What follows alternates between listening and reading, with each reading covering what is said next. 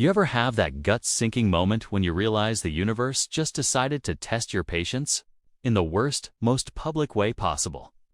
Yeah, that was me last summer, standing on the edge of my Marina slip, coffee in one hand, tackle box in the other, staring at the absolute audacity of Karen Davenport. I live in a coastal town in Florida. Think pastel condos, palm trees swaying in the breeze, and a marina that's basically the neighborhood's pride and joy. The kind of place retirees sip iced tea, kids learn to sail, and boat owners like me finally get to live out the fantasy of small, peaceful weekend fishing trips. My boat, Serenity, a 28-foot beauty I'd poured years of saving into, had its own slip in the marina, and it was officially assigned to me by the HOA. Everything was orderly, regulated, perfect, until Karen showed up. It was a sunny Saturday morning, the kind of day that smells like salt and possibility.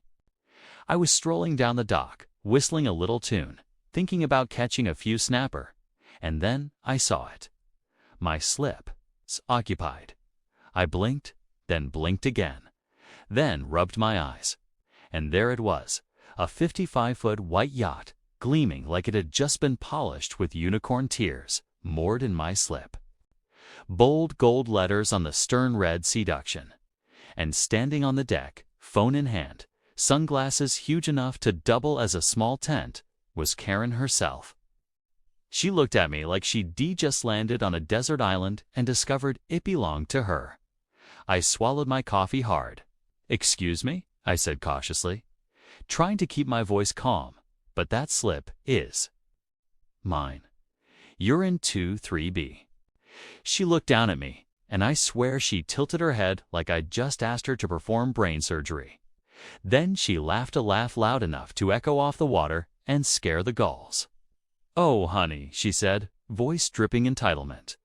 "I talked to the HOA president. He said I could park here temporarily." I froze. "The HOA president? You did not." She shrugged. "Well, maybe you should check your email, dear." "I don't have time for this." Time, of course, 'cause her time was more valuable than everyone else's. I tried to keep it together, took a deep breath, and said, "I am on the HOA board. I manage marina assignments." "You didn't get permission." She rolled her eyes like I was just a minor inconvenience in her otherwise fabulous life. "Well, it's only temporary," she said, "and you should be thankful. I'm keeping your slip. Occupied and secure. Occupied. Secure. Translation: I own this place now, and you're irrelevant." By the time she strutted away, the neighborhood was already starting to notice. I could see my neighbors peeking out their windows, phones in hand, ready to witness the showdown.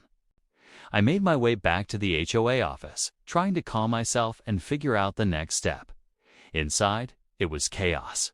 Phones ringing, papers flying, Dantha HOA president looking like he'd just survived a minor apocalypse. "Oh, her," Don said when I mentioned Karen.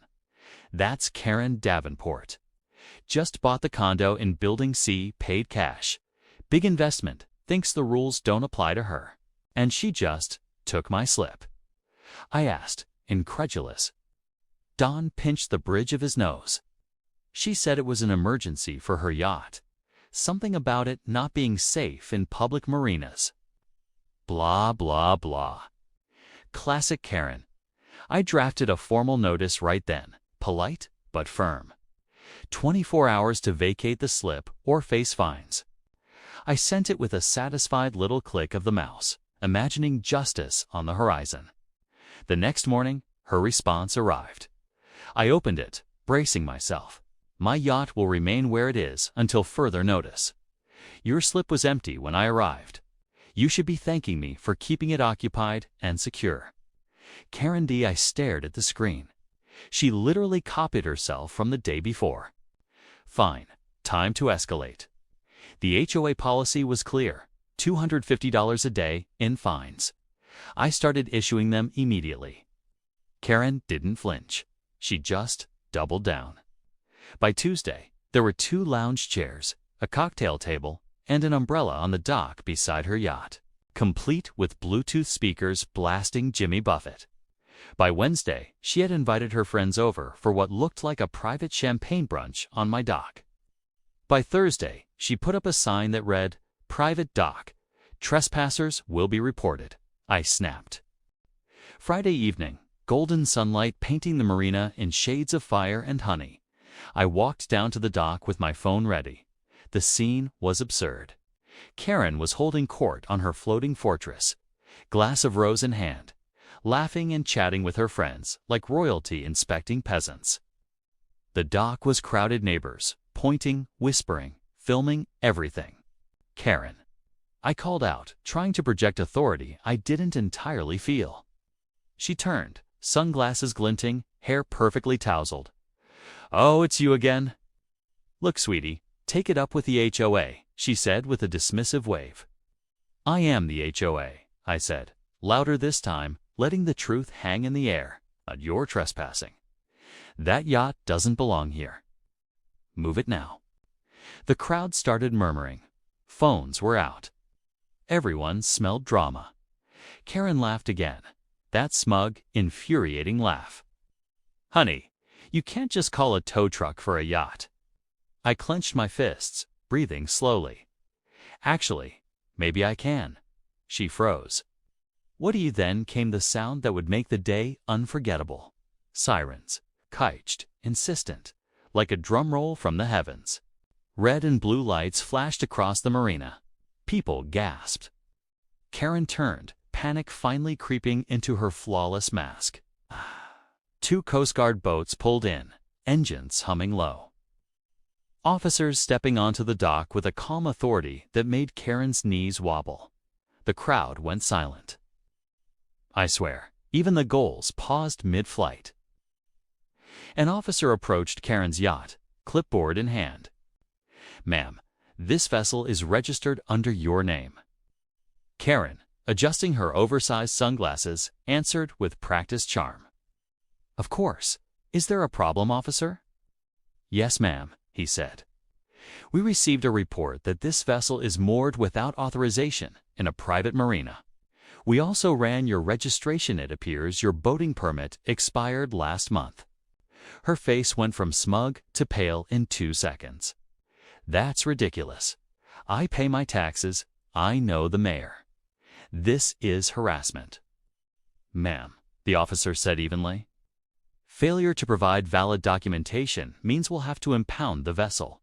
The crowd erupted, phones raised, recording every word. Someone even started playing the Curb Your Enthusiasm theme on a speaker. I tried not to laugh, but it was nearly impossible. Karen screaming, flailing, all her self-assured composure collapsing in real time. It was beautiful, cinematic justice. She kept insisting she could sue everyone, call Washington, make this go away, but the officers didn't flinch. Within minutes, they had tied the yacht and begun the paperwork. By sunset, Karen was waving at the marina like a stranded villain in a movie. Helpless, her yacht being towed away as the crowd cheered. The next morning, the video was everywhere. Entitled woman gets yacht impounded by Coast Guard. 1 million views in 2 days. Karen became an internet meme overnight. That iconic freeze frame of her shouting, "You can't take my yacht," circulated on Reddit, Twitter, TikTok, you name it. I couldn't even scroll through my feed without seeing her face. The HOA office got flooded with emails thanking us for standing up to entitlement. Don even laughed for the first time in weeks. The Coast Guard later confirmed that not only was her registration expired, but insurance had lapsed and she had outstanding fines from another marina up the coast. The yacht stayed impounded for weeks. Karen tried suing the HOA for defamation and emotional distress.